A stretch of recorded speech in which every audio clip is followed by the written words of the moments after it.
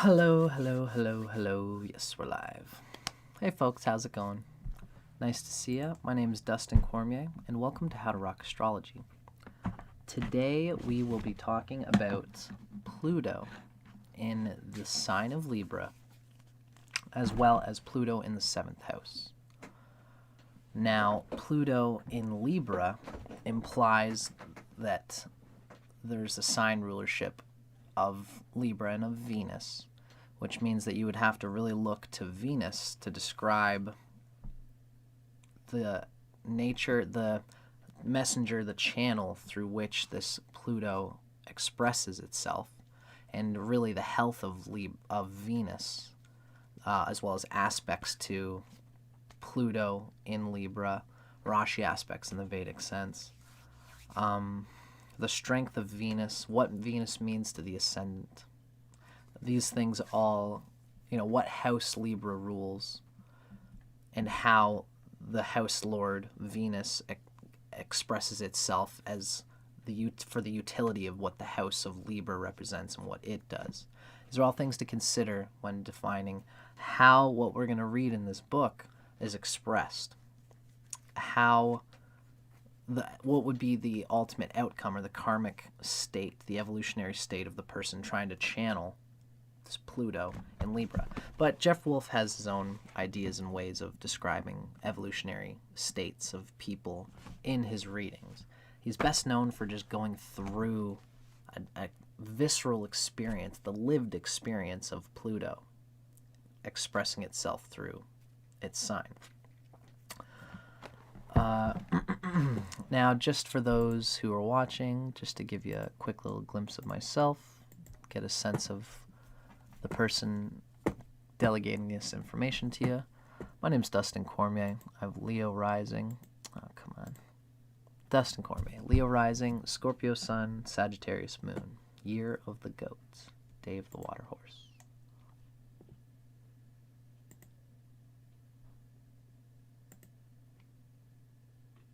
Looks like my microphone's being a little bit weird. Why is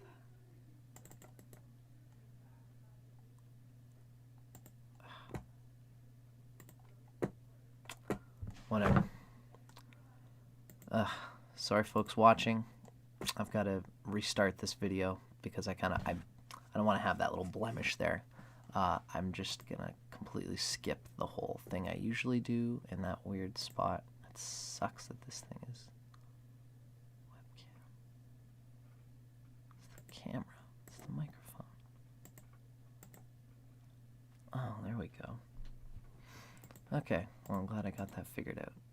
So, I'm just gonna roll with it. This is me, Leo rising, Scorpio sun, Sagittarius moon.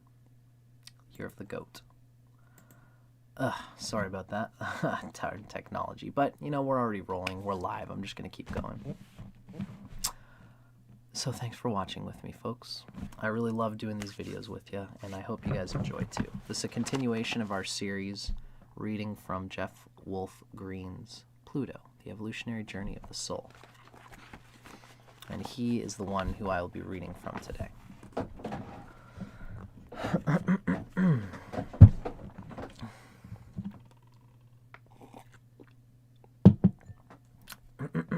So strap in, folks. We're now about to begin our reading. This is Pluto in the 7th house, or Libra.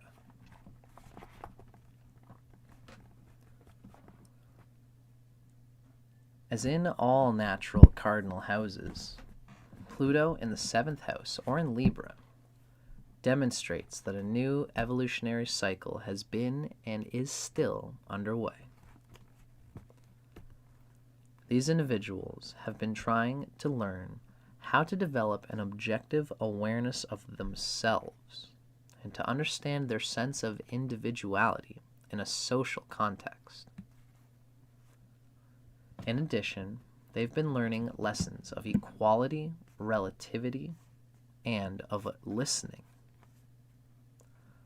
They've been learning how to listen to another's reality as it exists for them. In so doing, they've been learning how to give in relation to what others need according to that reality. Within these lessons, they've been learning how to participate in relationships as an equal. In order to experience this evolutionary intent, those with Pluto in the 7th house necessarily have had to be involved in a wide variety of relationships. Through involvements with a variety of people comes exposure to many different value systems, intellectual systems, emotional patterns, and spiritual beliefs. Through this process, these individuals have been learning how to understand their own intrinsic individuality through comparison or evaluation of the relationships that they form. In other words, it is through comparison with others that they become aware of who they are as unique individuals. In this way, these people have been learning, on a preliminary basis, the evolutionary lesson of objectivity versus subjectivity, detachment versus personality. A fundamental lesson, because of this prior evolutionary intent, is how to participate in relationships. So, this is kind of the dividing point. Pluto in Virgo was a transitional phase between 2 points. Aries, I guess I should put it this way, Aries as the 1st house, Libra as the 7th house. Or, well, I guess Aries through to Leo, Virgo's the transitional point, and then Libra through to Pisces is collective. Aries, individuation, Libra to Pisces, collective. This a half that Jeff Wolf Green always talks about, a split in evolutionary intent. So, a fundamental lesson, because of this prior evolutionary intent, is how to participate in relationships. From the 1st through the 6th houses, Aries through Virgo, the focus was on the subjective development of the individual, which necessitated a self-centered orientation to life. The egocentric seed of individuality was planted in Aries, and from Aries through Leo, the 1st house through the 5th house, this seed progressively expanded and grew in ever-widening circles of development. In Leo and the 5th house, the egocentric seed had blossomed into the creative self-actualization of intrinsic individuality.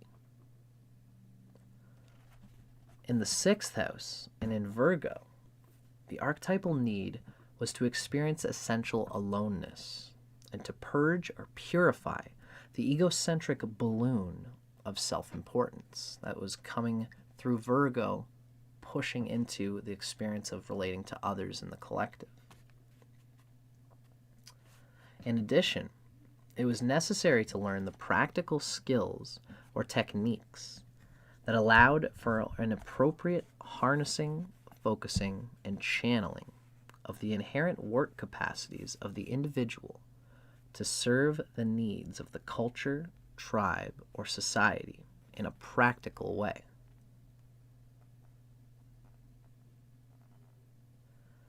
This archetype produced an inverted pyramid effect upon the subjective development of the individual, purging the ego of delusions of grandeur and promoting essential humility. In the 7th house and in Libra, so that was all about like what Pluto in Virgo represents as an evolutionary state. Now, in the 7th house and in Libra, the potentially purified individual is now ready to relate with others on an equal basis, rather than on a subservient or dominant basis. Those with Pluto in the 7th house will have felt in the past, and will feel coming into this life, a compelling need to be involved in relationships. This compelling need is rooted in the desire to complete the self through relations with others and to unite one's life with another's. Because of this prior evolutionary intent, the unconscious emotional security structure of these individuals is rooted in their need to be involved in relationships in order to feel fulfilled and complete.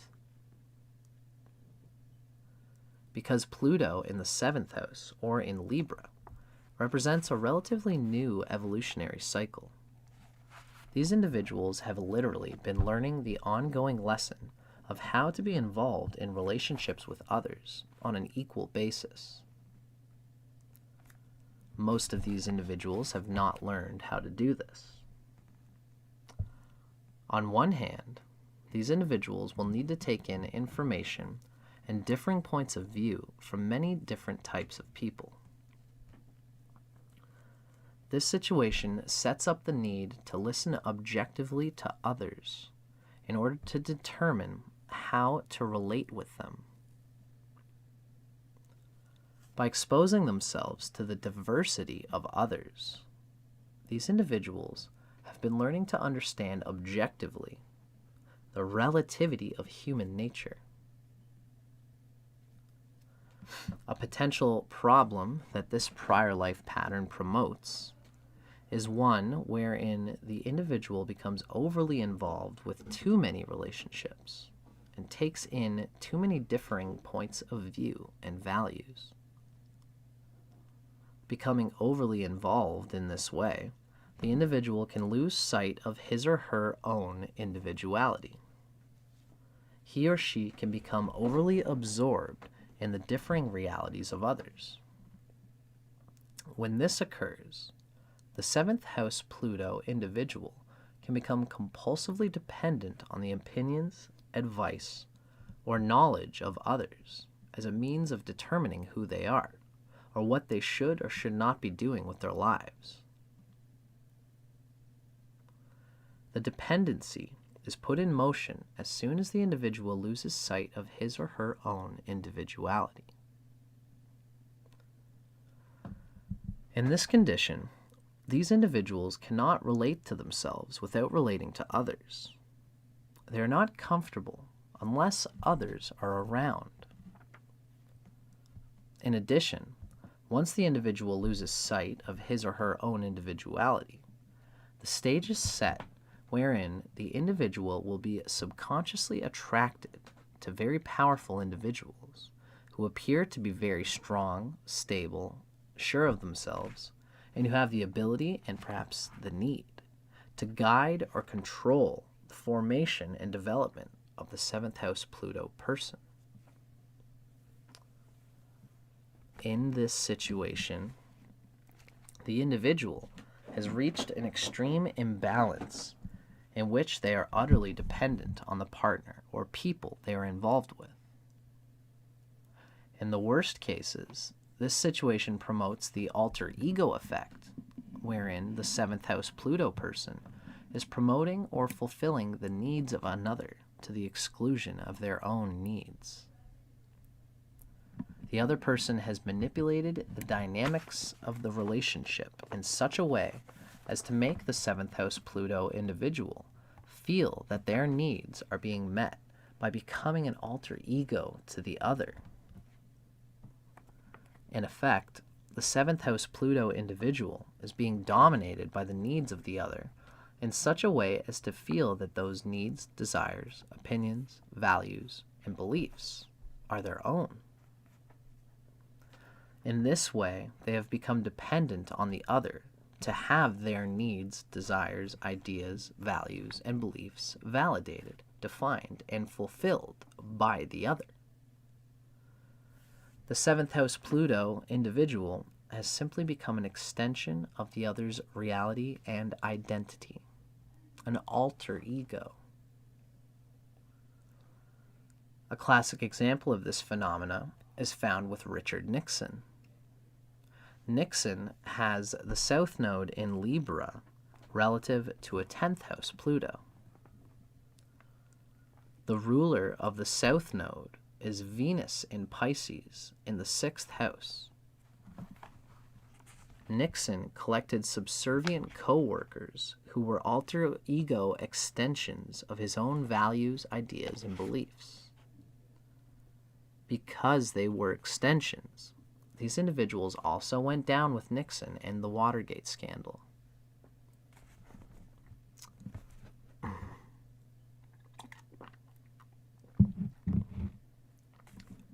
On the other hand, this same evolutionary dynamic of listening, observing, and identifying the reality of another is to give to them what they need according to the other's reality. Sorry, let me say it again. I confused the grammar there.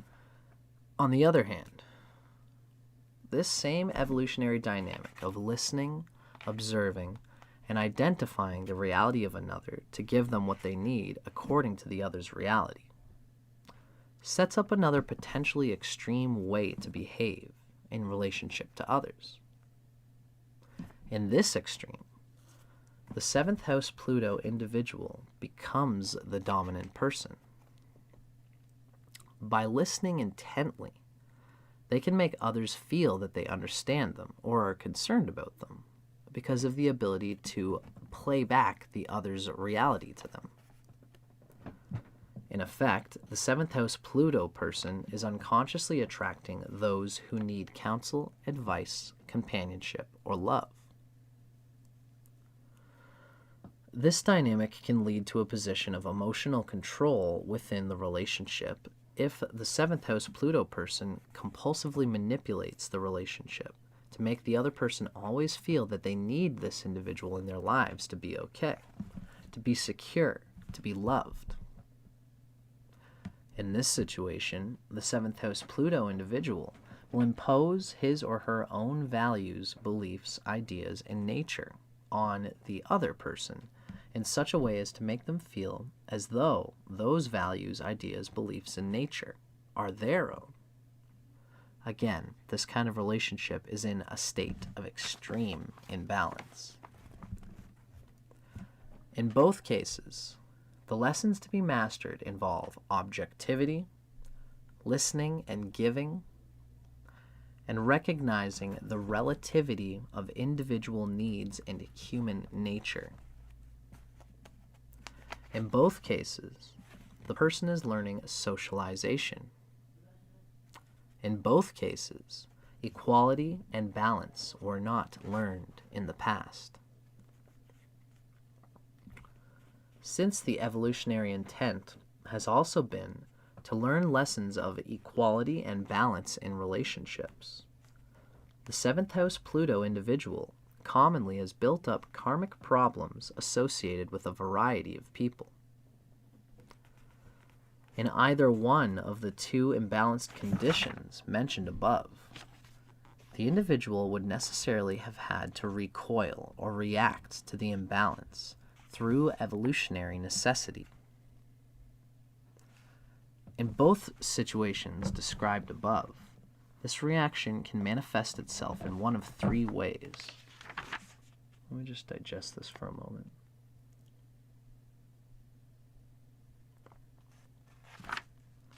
Right, from the two imbalanced positions above, the individual would necessarily have to recoil or react to the imbalance through evolutionary necessity.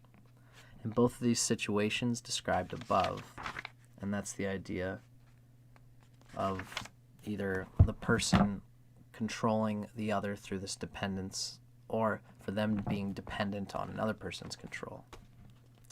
In both situations, this reaction can manifest itself in one of three ways. The 7th house, so this is way number one. The 7th house Pluto individual leaves the partner because the needs that created the relationship have been fulfilled. This situation sets up new needs and therefore a desire for a new relationship. The process of leaving is not necessarily positive or easy. Often, the partner does not feel that the relationship should end, especially for the reasons that the individual claims. The relationship ends with the partner feeling unresolved as to why it ended. This unresolved condition sets up the karma to be fulfilled with that person at some other time. Number 2. The partner leaves because they do not feel that there is any more need for the relationship, or that they are not getting out of the relationship what they are putting into it. Their needs have been fulfilled. The 7th house Pluto person does not feel this.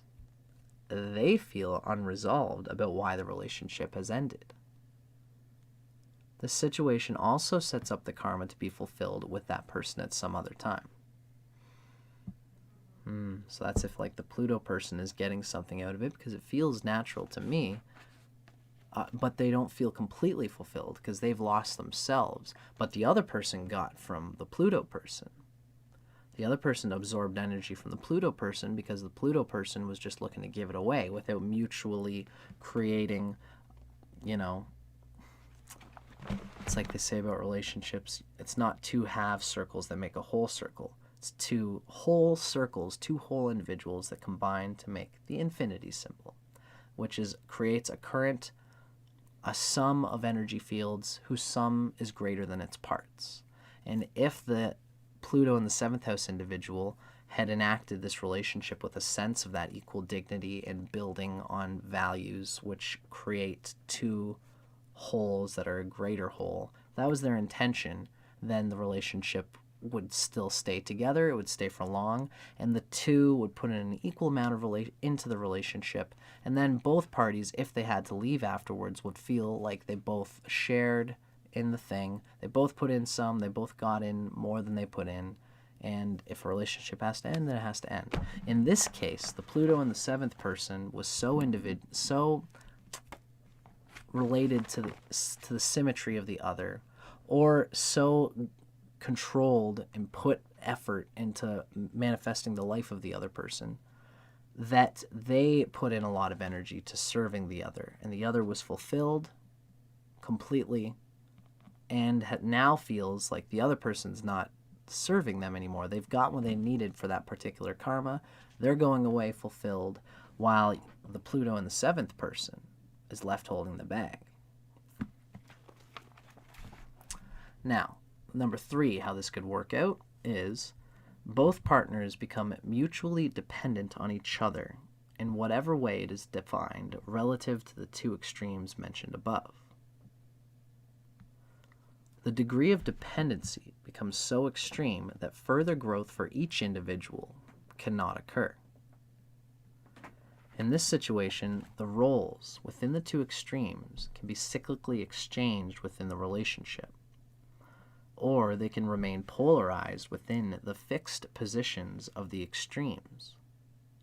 One partner playing the dominant role, the other playing the subservient and alter ego role.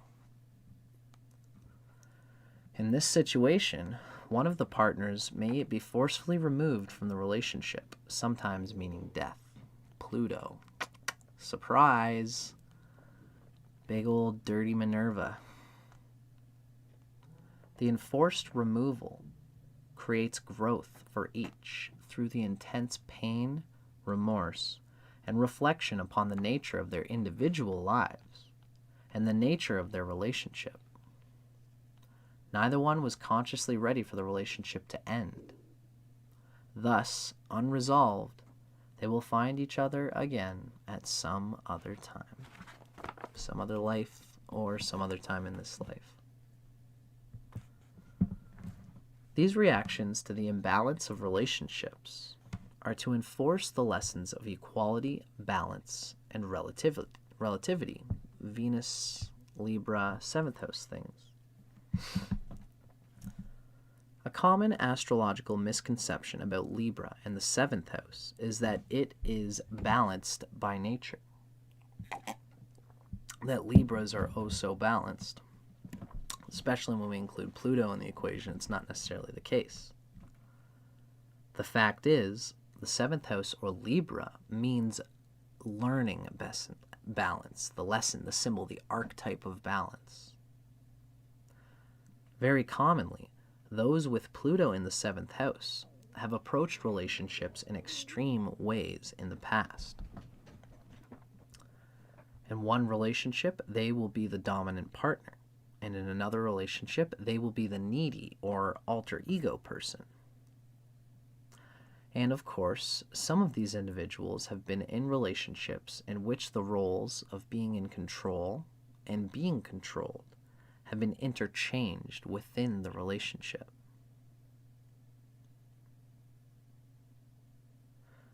Any kind of imbalance within a relationship will produce necessary confrontations, either between the partners or internally within the individual. The internal confrontations are manifested in order to force the individual to examine the nature of every difficulty or problem within him or herself, the relationship, and or the partner. The nature of the difficulty or problem will always be linked to a need that is not being met. External confrontation between the partners will occur for the same reason. The essence of this evolutionary lesson is to learn how to give to another what they need, and in so doing to have one's own needs met. Yet, because this evolutionary impulse is relatively new, the majority of these individuals do not know how to relate to themselves or others in this way. This produces not only the problem of imbalance, but also the phenomenon of conditional giving or conditional love. Needs are linked to expectations, and expectations are projected upon a partner, or expectations are projected upon the individual by the partner. When the projected needs are not successfully met by another, then the withholding of love or giving can occur. Conditional giving or conditional love. That's just deep relationship wisdom in general. Because this evolutionary impulse is also teaching the individual how to receive love or giving from others, they may not be able to accept or recognize what comes their way because of emotional distortions that are linked to the problems associated with the unmet expectations or needs. Similarly, the individual may desire to give to another, yet the other may not receive, recognize, or accept the giving due to their own emotional distortions linked to similar projected expectations or needs not previously met. Just a whole lot of mind gunk and not a lot of spiritual true connection at the heart level.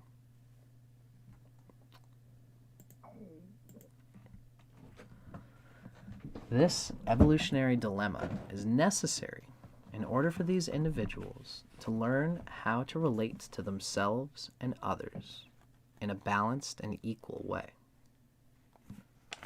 The confrontations, the conditional love, the leaving or being left by another, the shock of losing a partner through death, the alternating of dominant and subservient roles within the relationship, relationships that are formed upon the fixed roles of dominance and subservience. These all occur to enforce the lessons of balance and equality, objectivity and understanding one's individuality in a social context. These situations also occur to teach the individual what their essential needs are in a relationship, who they are because of relationships, and to develop social values regarding how people should relate to each other. These situations occur to enforce the lesson of minimizing dependency on another person and to overcome the tendency to make another person the god of one's reality, or to allow oneself to be made into a god by the partner. These individuals will finally come to the realization that they need to be needed, and they will realize how this need controls the formation or dynamics of their relationships. Recognizing this dynamic, they will also understand their compelling need to give to others and to be given to. The ongoing evolutionary lesson will teach them when to give and when not to, and when giving, what to give, and when not giving, why they should not give.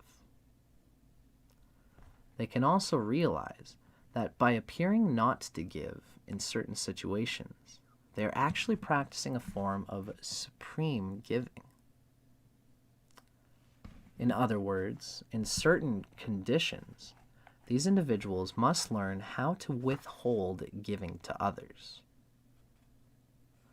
The nature of these conditions will be when another keeps coming back for more without applying or working with what was given before. By learning how not to give in these conditions, these individuals will learn how to stop promoting dependencies upon themselves by others. This is utterly necessary from an evolutionary point of view. In the very same way, these individuals can learn how to receive that which is being given to them without becoming dependent on those that are giving.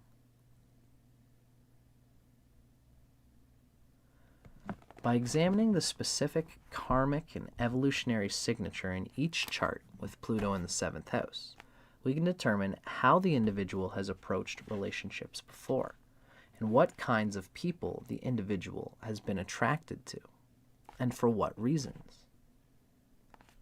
The natural evolutionary condition of the individual will supply additional information concerning the types and approach to relationships. What this is basically saying is that Pluto in the 7th applies an archetype that many people will live through. And you could have different people with the same archetype, the same vibe, the same lessons of relationship integrity, self-integrity within relationships. The lesson, the archetype will be the same, but again, depending on the evolutionary state of the individual as a whole, depending on the capacity of Venus to express the relationship glue bondage, which is necessary for Pluto to unkink its bad evolutionary patterns. These are all things that are going to condition the expression of the evolutionary state and expression of this Pluto energy. And that's what Jeffrey Wolf is about to get into through an example of a person, of a chart, probably with different evolutionary states. Let's check it out. So he gives us a little chart here that we're going to check out in a moment. So as an example, let's put Pluto in Virgo in the 7th house. I'd say this is likely for a Pisces rising. Gemini's in the 4th house. Sagittarius is the 10th house. Scorpio is the 9th house. So this is a Pisces rising. For the sake of it, I always like to just get these things in there. Because this book doesn't always...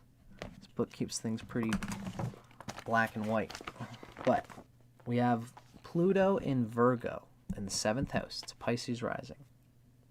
The south node is in Gemini in the 4th house, conjunct Venus retrograde.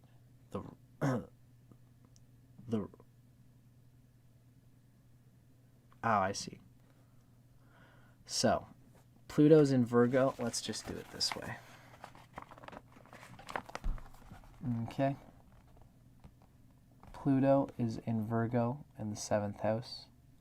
South node is in Gemini in the 4th house, conjunct Venus retrograde. And the ruler, Mercury, is in Scorpio in the 9th house.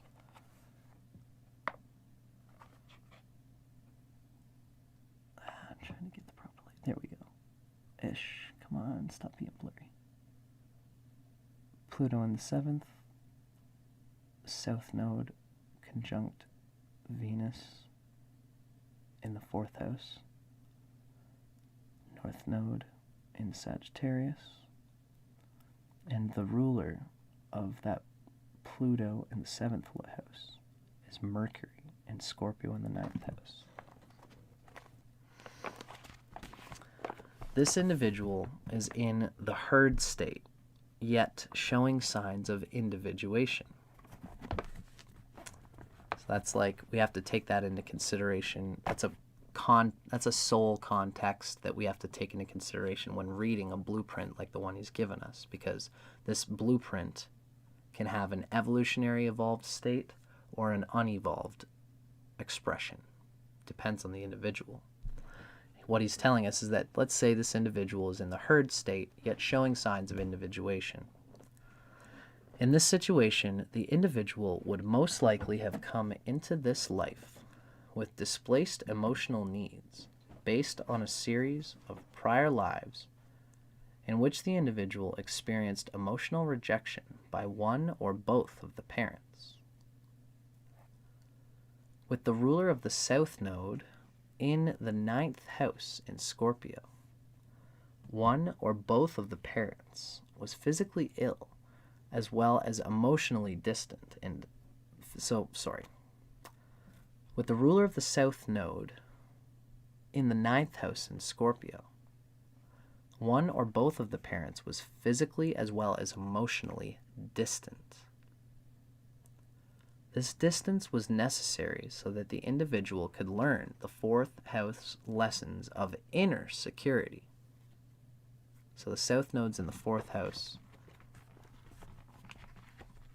in Gemini, and its Lord Mercury is in the 9th house in Scorpio, so the person needs to learn inner 4th house security through that isolation from the parents.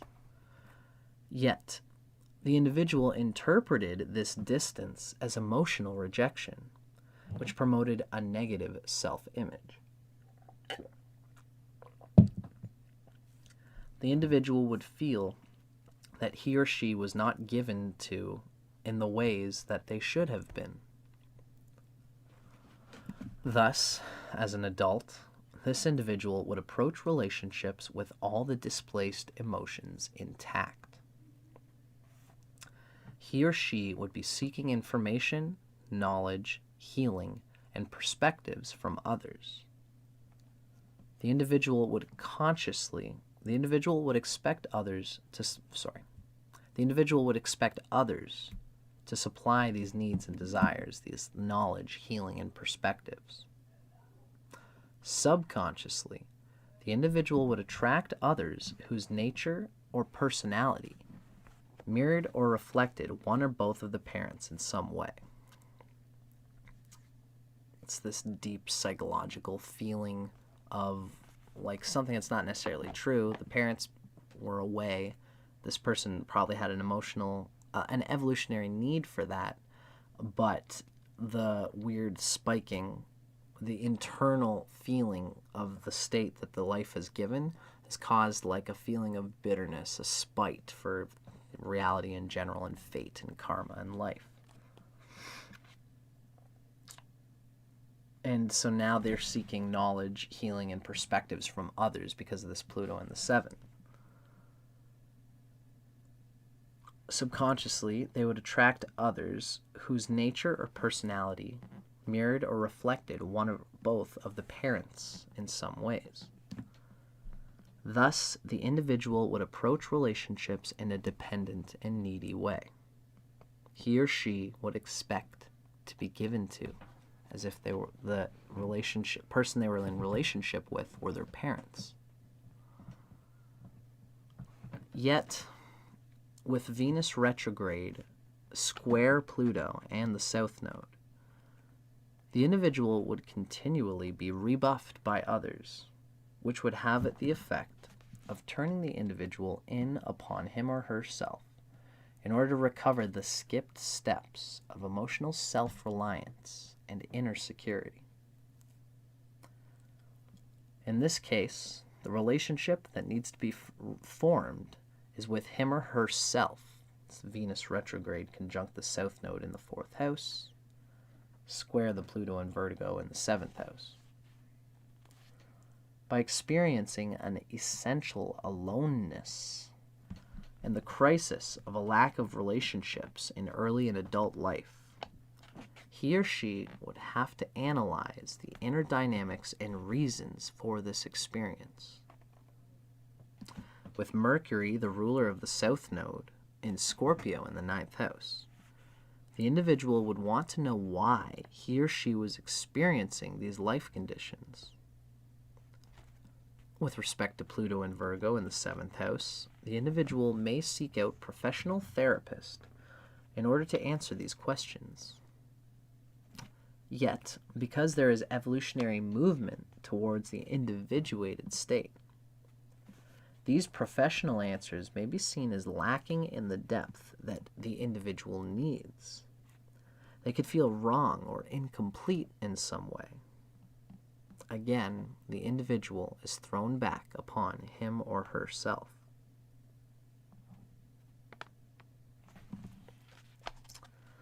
As this process continues, Jeffrey Wolf goes on, the individual will one day realize that the answers are within and not based on accepted, prevailing, or common intellectual or psychological cliches and theories. The answers will be based on circumstances and dynamics that are unique to the individual from a karmic and evolutionary point of view. Thus, the individual would learn to observe objectively and acknowledge the rejection of others as signs. It's Mercury in the 9th house. We're still talking about this other example. The individual would learn to observe objectively and acknowledge the rejection of others as signs, it's Mercury in the 9th, that continually point to the need for an inner relationship with him or herself so that inner security could develop. In so doing, the individual would learn how to fulfill his or her own needs, which is a huge part of the whole point of this Pluto in the 7th. As this transformation took hold, the individual would approach the arena of relationships in a totally different way through this whole crisis. The individual would approach them in a self-secure way and with a positive self-image. The individual then would learn to be involved in relationships because he or she wanted to be, not because there was a need to be. In this life, this process and metamorphosis will be helped through Pluto's polarity point into the 1st house and Pisces, the polarity sign of Virgo, in the sense of this example, because Pluto is in Virgo in this example. The North Node in Sagittarius in the 10th house will act as a mode of operation to help fulfill this metamorphosis and evolutionary need. That's a really, if you've been reading from the start of this series, that's a real concise, he's really giving us a full example here of the map of evolutionary desire and need and mode of operation model that he uses for his readings and his style in general. It was a good wrap-up of the whole thing through an example of Pluto in the 7th. So now, important to every reading of Jeff Wolf Green's is the mention of the polarity point of Pluto. The polarity point of Pluto in the 7th or in Libra is the 1st house or Aries. The evolutionary intent for this life is to teach the individual how to initiate his or her own life directions or decisions without depending on the opinions, advice, or consent of another. It's the Aries vibe. I can do it by myself, for myself. In the same way, this intent is teaching the individual to not control, interfere with, define, or block the partner's need to initiate directions or decisions. In effect, this evolutionary intent is teaching the individual to strike out on his or her own in order to fulfill his or her own destiny, and to minimize dependency on another in order to do so. This polarity point does not imply that the individual should become a loner or live without a close relationship. It does intend that the individual learn how to answer or supply his or her own needs in order to minimize expectations of another. It does intend that the individual learn how to be alone and learn how to make his or her own decisions. It does intend to teach the individual to initiate their own self-motivated actions in order to develop more fully their individuality.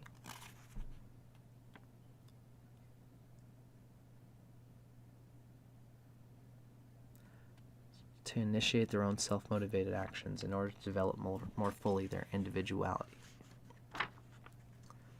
This evolutionary intent demands that the individual learn how to develop and balance the need for time alone with the need for time spent with others.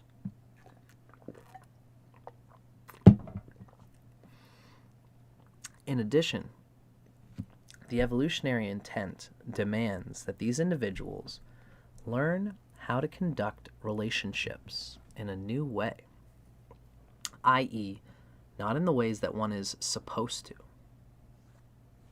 It does intend that the individual learn how to encourage and support the need for independence in the partner, and to select partners who have the courage to actualize their own life through their own means. The evolutionary intent is teaching these individuals to develop more fully the lesson of giving to another, so that the individual's own needs can be met tenfold. In this way, the balance of relationship will be realized. As these evolutionary lessons are developed, the 7th house Pluto individual will be one of the most giving of all people.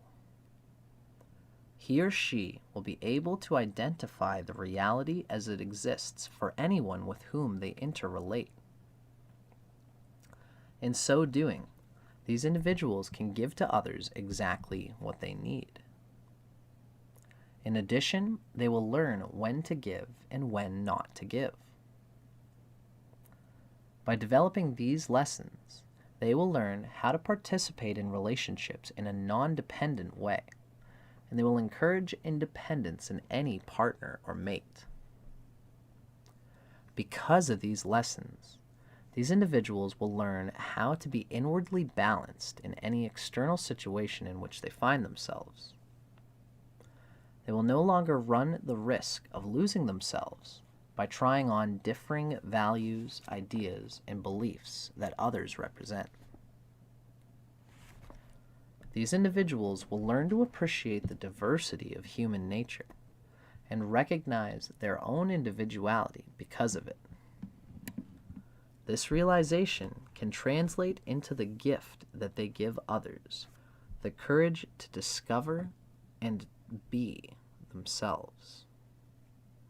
Through the whole painful process of them doing it for themselves, eventually, lo and behold, they have a language, a whole narrative, a whole life's input about how to deal with that evolutionary intent and lesson in life.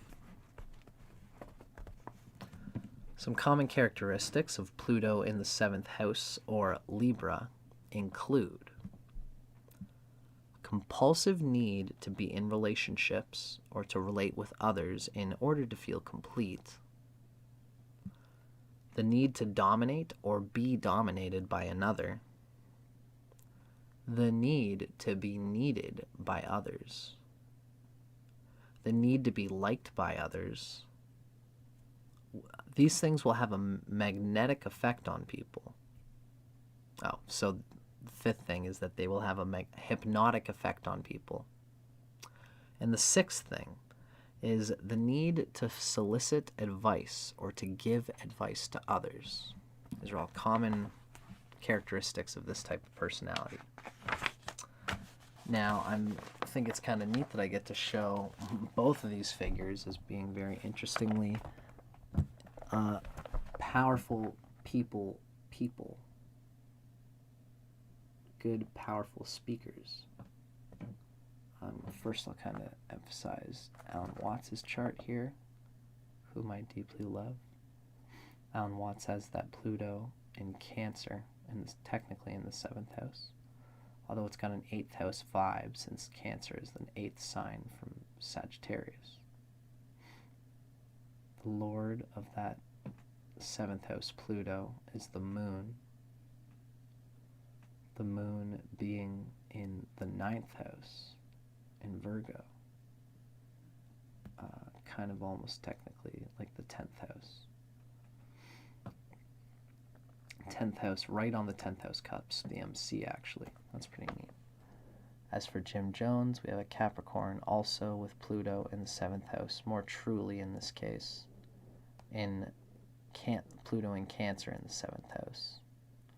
Another crazy sort of person who is very capable of manipulating large groups of people, for better or worse. In his case, for some crazy ass worse.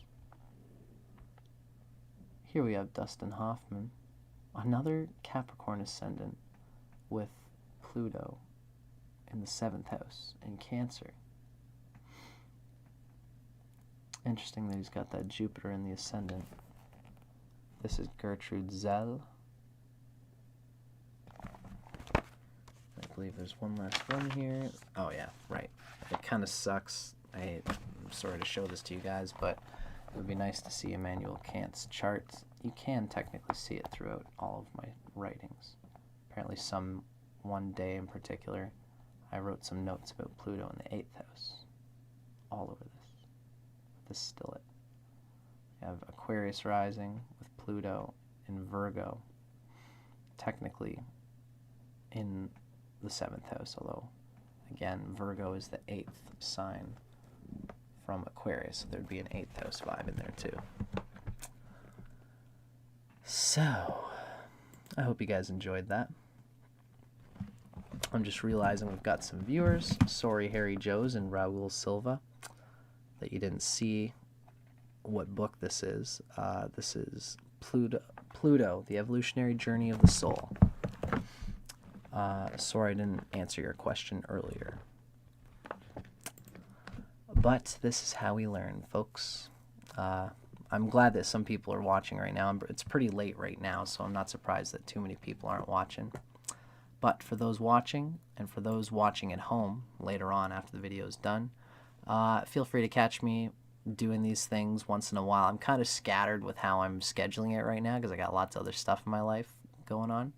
But eventually I want to make this a weekly thing. So I hope you guys enjoyed this. This has been Pluto in Libra and in the 7th house, as read through Pluto, The Evolutionary Journey of the Soul by Jeffrey Wolf Green. I'm Dustin Cormier for How to Rock Astrology. Glad you guys came out to watch this. If you enjoyed this, drop me a like, drop me a comment. And yeah, you know, if you enjoy the way I do my thing, feel free to subscribe, because I always got more videos coming out, more fun stuff, bridging Vedic astrology and Western astrology. Always lots to talk about. For now, I'm done.